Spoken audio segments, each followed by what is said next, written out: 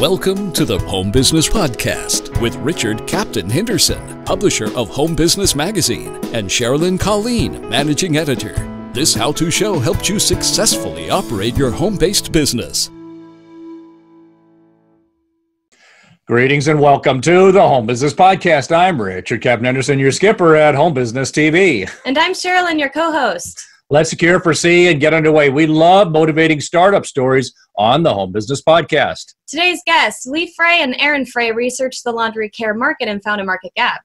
After a kickstarting campaign, they developed a new product and began fulfilling orders from their basement. Their company, Frey, has evolved to become much more than a detergent and is now a full clothing care line.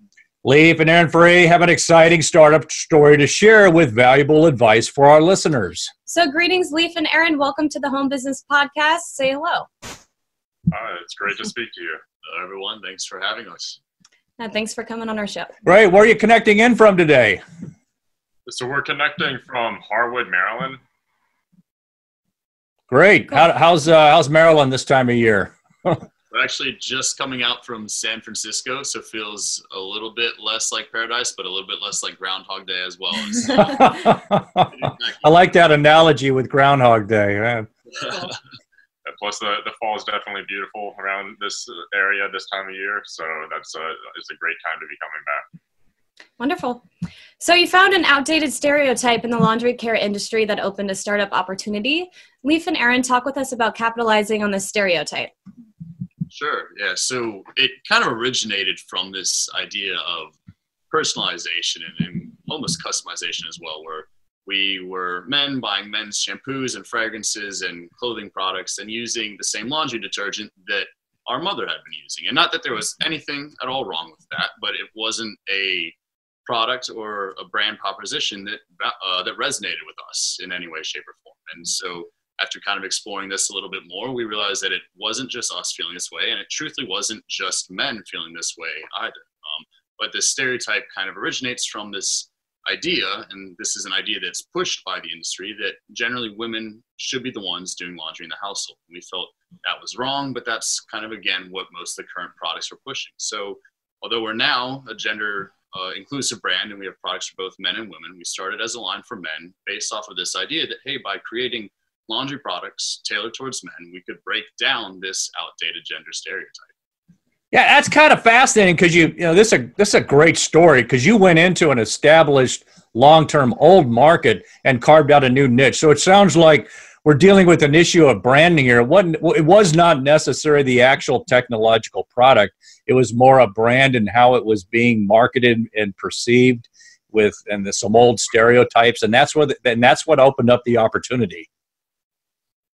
So there's actually yes and no as well. There's definitely a lot of technical aspects to our brand as well. We filed a patent on our formula. There's an entire fragrance aspect to it. But one element is this branding and who we're pitching to and how we're pitching that. Well, let's talk a little bit more about this startup. Leaf and Aaron, you used a kickstarting campaign, to help you get started with Frey and getting the financing going. How did that go? And can you give any advice, good or bad, in how Kickstarter worked for you and to make it work for our listeners? So for us, the Kickstarter campaign was not necessarily really successful in its own right. We really only raised enough money for us to purchase our first set of products. And so it's just enough to get started, sort of the way that Kickstarters were originally meant to be used for. Nowadays, there are people who will spend months creating a really high-end video that and they will spend tens of thousands of dollars just to get their branding right before they even do the Kickstarter. So that's a different strategy, and those ones tend to raise a lot more. But for us, it was enough to get our first purchase order. And then probably one of the best things is that Good Morning America saw our Kickstarter, and they picked it up, and they asked us to go on their Shark Tank Your Life segment. And so we got to meet Kevin O'Leary, and we got to be on prime time television. But the Kickstarter was really, for us, this was not a career decision. This was launched out of college. And so it was very much, we had no capital. We threw up a campaign in a matter of a few weeks, just on this basic idea that, hey, we have a product we think others might be interested in. Nowadays, Kickstarter truly is an enterprise to itself, and it's amazing. But I mean, you used it smartly. You came in with the merit of your idea and didn't spend a lot on flash or anything like that, and it helped get you started. But it looked like it led into the most valuable thing, which is to get a good key referral like that with that Shark Tank. And, that helped you grow from there. Well, fascinating insights. Before moving on to our next topic, I'd like to highlight this show's sponsor, City America. City America will help you manage your own city directory website, keep 100% of income. City America provides ongoing support and training, only one site per city. So contact City America today to see if your city is available. For more information, call 800-856-9870 or visit cityamerica.com or our podcast website for more information on sponsors. So you began by fulfilling orders from your basement, but I imagine your order processing has grown outside the home. Leif and Aaron, what part of your business is still home-based? So currently we have the ability to work from essentially wherever we want, as long as we have our computers and internet access and our phones. And that is fantastic because it gives us the flexibility to do things like go out to California for like the Y Combinator Startup Accelerator, as well as it gives us the ability to easily change locations. Like we are going to be moving to New York because that's where a lot of our investors and a lot of connections that are relevant to our industry are located. So truthfully, the vast majority of our business is now done out of our home, wherever that home may be at the time. I like that. You are mobile entrepreneurs. That's the dream. That's great. So, you have a night, you have a home office where you might get back to, but you keep yourself wired with technology, keep connected. And so it's kind of wherever you're at with laptop or smartphone, and you're just as competitive, and you're able to actually run your company in a kind of a virtual manner then. Yeah, and the more interesting thing perhaps is that we have a team of over 12 at this point, and the vast majority of them are virtual as well. And it's really kind of part of this new economy where you don't necessarily need a central office, and you can almost recruit better talent by not forcing people to relocate to your city because they can also work. Now, do you use a lot of freelancers and contractors, vendors, primarily?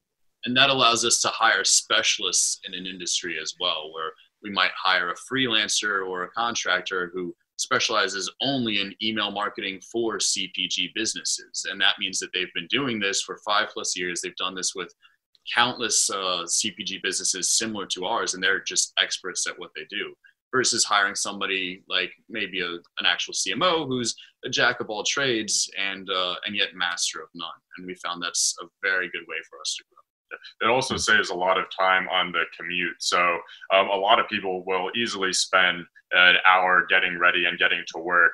And if that's tacked on to each end of their day, then they might be working they might be getting paid for 8 hours of work when in reality they are committing 10 hours of their time. Whereas like we can just wake up, get right out of bed, and instantly start working. Isn't that wonderful? Yeah, but at least we don't have to battle traffic. We've talked there is a darker side to that as well. We joke about when you can work whenever and wherever, there's also this, well, shouldn't you always be working? And there are definitely points in the path of our business where it got to unhealthy levels of work because literally instead of hanging out with your friends or your family, you could and probably should be working. It could secretly just creep up with you and become an addiction. But you brought out a good point on that, and that it actually allows you to tap into even better talent by, working with people on a freelance basis, because you're not limited by location. It's just somebody else being able to plug in. Exactly. And the contractors that we work with have decades of experience, and so it would be really hard to find people with that kind of experience that would be willing to work for a startup. Yeah, and I bet that the better support personnel are more comfortable working as freelancers vice being a W-2 employee for a company. Exactly. Well, we hear today a lot about what are called startup accelerators. Leif and Aaron, please discuss your experience with the Y Combinator and how it helped you succeed in business. So it really was a fantastic experience. We were unsure about it before we actually attended there. Like we were accepted and we were actually debating at one point in time whether we wanted to do it or not. And I think that it was one of the best business decisions that we have made. Not only was it really inspiring to be around a whole lot of other people who think outside the box and have these great ideas and are working towards their vision, but we also got to hear from speakers who have started, companies that are worth billions of dollars. And it was and yet they would be there up on stage speaking to us. They'd be joking, they'd be charismatic. They would be talking about the sort of darker side of their startups when they had nothing and stuff like that. And it just made it feel really tangible, where these were real people who had done amazing things, but at the same time, there was no reason why like a normal person couldn't do a lot of these things. So it's for the startup accelerators. Did it provide some access to funding? Was it primarily good for just building up your contacts, or hearing these motivating stories? Like what really stood out was the big advantage of that accelerator. You kind of touched. We categorize them into three main ones. One, the mentorship is unbelievable. And not only are you paired with active mentors through the experience, but you are able to get in contact with anybody else who has gone through Y Combinator. And obviously, these are brands as big as Airbnb to Stripe, but to other people within our industry. So Scentbird, for instance, is a brand that we had idolized for a while, and we now actively speak to them. The second bit, as Aaron mentioned, was actually just being surrounded by other startups, and that's a massively valuable piece that I think too many people overlook. And then the third one was there was absolutely this element of fundraising. We were able to raise more money in less time at a higher valuation than we would have expected, and they just set us up for success with that. Yeah, and that was in part due to the fact that Y Combinator culminates in something that they call Demo Day. And that was an event where we pitched to a large group of investors. I believe that there were about 600 different investor groups that were. Now tell me you were nervous. Yeah, and I'd have been terrified. We practiced a few times. yeah, and then there were another 2,000 watching online, so that helped. And so it just created this sort of a competitive aspect between people who wanted to invest in us, because we don't necessarily want to give up more equity than we have to at this point in time. So we had a sort of set limit for how much money we actually wanted to raise. And so that, because there's a supply and demand aspect of it, that created a bidding war. Yeah, exactly. Right. Also, you were lucky. You had some people actually maybe bidding on you.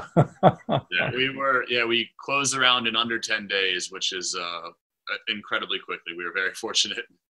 Right. Let's talk marketing. Leif and Aaron, what has proven particularly effective for you, and how does social media play into this? Yeah, so social media has been our primary form of growth. It is an amazing way to communicate with your consumers, where you can have active conversations, both through literally speaking with them, whether it's comments or reply threads or email, but also just through the pictures you're putting forward, what you're putting through your website. So social media is not only a way to target new consumers, and obviously the targeting is pretty powerful, where we know what our consumer looks like, our several sets of consumers, and so we can target them within social media. But then you get to continue this conversation, and one of the things that we pride ourselves on is that we internalize consumer feedback and utilize it quite quickly. And so that's allowed us to build a better and better product and a better brand, because we listen to our consumers and then take that data and, again, improve upon it. I imagine a thing with working with getting that feedback through social media is you're pretty responsive. You reply back pretty quickly then on the feedback you get, because I hear time is everything in social media. It really is. Timing's everything in most aspects of life. But if somebody posts a comment and you don't respond for 4 days, you've already lost them. But if somebody posts, I learned that lesson. You don't do that. Well, I just love social media, because I think it's also changing all the time. What part of social media, Facebook, Twitter, Instagram, some of the other ones, what proved particularly effective for you?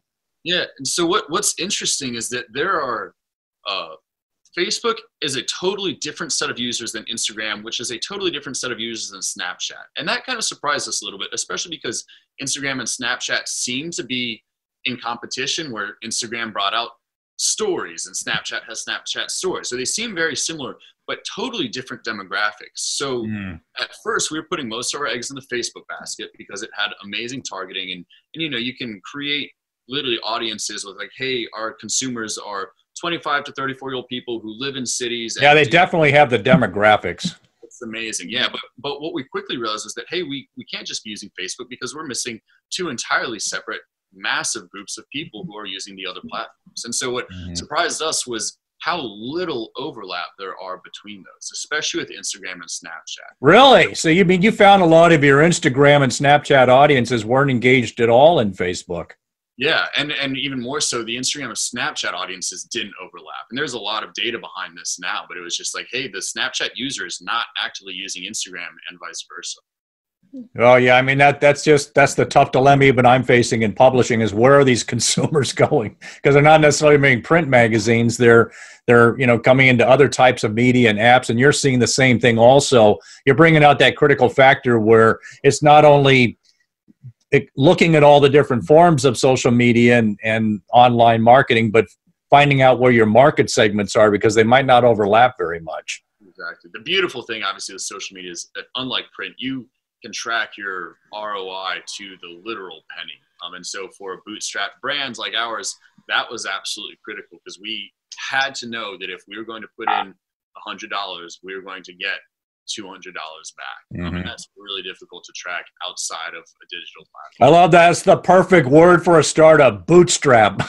That's been around for a couple of decades, and that really sums up the mentality we have to have on this. Well, you know, Leif and Aaron, you know, you quickly expanded into related marketings with a full clothing care line. You know, how talk with us a little bit about that. How easy was this expansion?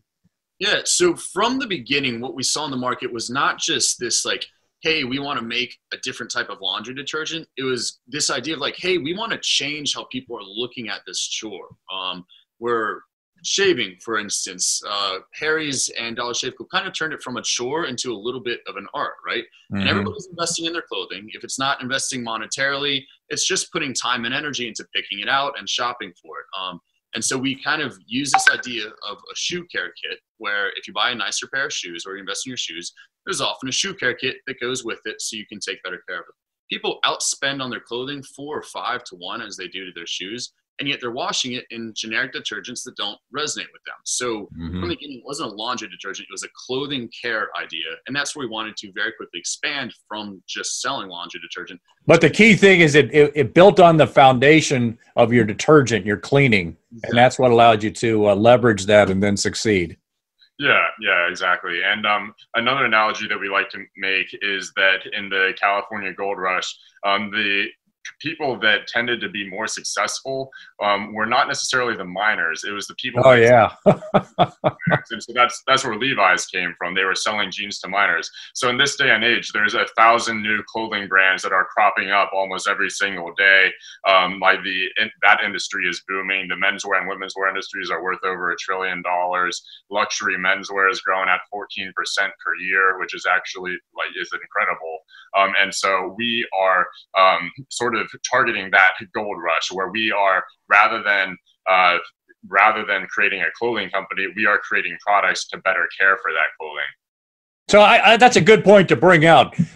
You know, people are already making a big investment that's growing. The percentages are growing all the time for the clothing, and you know, but the money that they're investing in the cleaning, that's what opened up an opportunity because it's so relatively small compared to the overall investment. Absolutely. Yeah. It's this both this cleaning as well as this fragrance as well as just this branding aspect where laundry is truthfully one of the more personal aspects of a person's life, right? Everything you wear, but the sheets you sleep in, the towels you dry off with, all go through your laundry. And so we wanted to create products that resonate with the consumer on some level. And the laundry detergent industry is also pretty massive. It's a $150 billion industry. And so that, the industries that we are targeting are about, 10 times the size of the razor industry. I'll tell you what's going to happen. You're going to start get a multi-billion-dollar offer from some big detergent conglomerate like Procter and Gamble. I can see it coming. We appreciate the kind words. We'll see what happens. Leif and Aaron, this has been a great discussion on kickstarting and launching your product line in the clothing care industry. Do you have any final points you would like to share? No, you guys have been wonderful. Again, I think at the end of the day, Y Combinator says it best. You want to make something that people want. That's what our objective has been since the outset. And one of the things that we're doing is making sure that we're listening to the consumers and continuing to create products that they want. So that's been kind of our driving factor in everything that we do, and it will continue to be so. Well, Leif and Aaron Frey, thank you for being such great guests on the Home Business Podcast. Thank you, guys. We appreciate it. Yes, thank you. To learn more about Leif and Aaron Frey and their clothing care line Frey, visit livefrey.com or our podcast website for more information on guests. Thanks for joining us on this episode of the Home Business Podcast. Share your feedback with us on Facebook, Twitter, Instagram, and at our website, homebusinessmag.com. Visit the website for information on advertising. Subscribe free to our newsletter. Please visit our sponsors. For more information, visit homebusinessmag.com and our Home Business Expo at homebusinessexpo.com. I'm Richard Captain Henderson saying anchors away. We'll talk with you soon. Until then, make it a great home-based biz day.